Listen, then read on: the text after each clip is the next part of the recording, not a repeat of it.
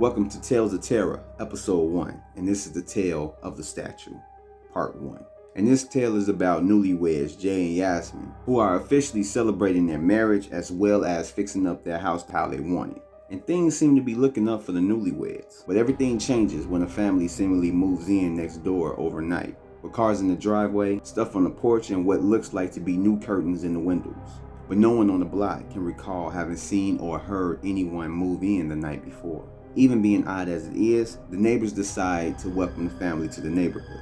But every attempt at contact results in no response. And when things seem like they can't get any weirder, there's a creepy statue of a smiling kid sitting on a tree stump in the backyard facing the back of the neighbor's home. As Jay glances at the statue, trying to figure out the situation, he can't help but to feel an overwhelming, creepy sensation from it. It's the next day, and the neighbor situation is kinda out of their heads as they resume their lives as usual. Yasmin, being off of work, tends to running errands and cleaning up the house. But all throughout her time there being alone, she can't help but to feel like someone or something is watching her. Later that day, Jay comes home and is told briefly by Yasmin about the uneasiness she felt at the house.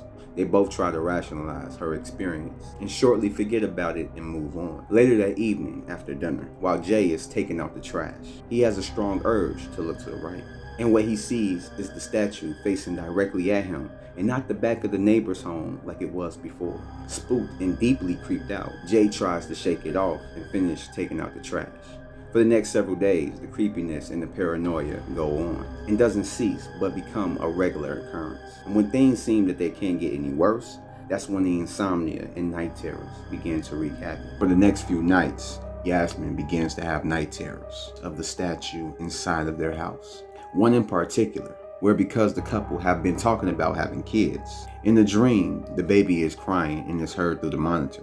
Yasmin gets up to check on the child, but the temperature is dropping significantly the closer and closer she gets to the child's room. Upon entering, a chill runs down her spine as she notices there's no baby in the crib, but in the far corner of the room, the statue, barely visible by the moonlight, is seen smiling and looking directly at her. And every night, Yasmin has this dream with the statue, getting closer and closer each time in different scenarios.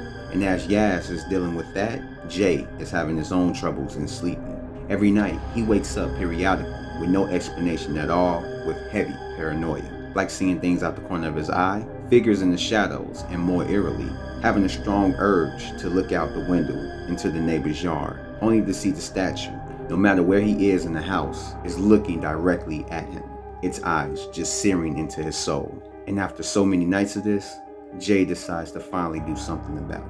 Jay, tired and frustrated at their current situation, angrily leaves the house to confront his new neighbors. His wife stays at their door.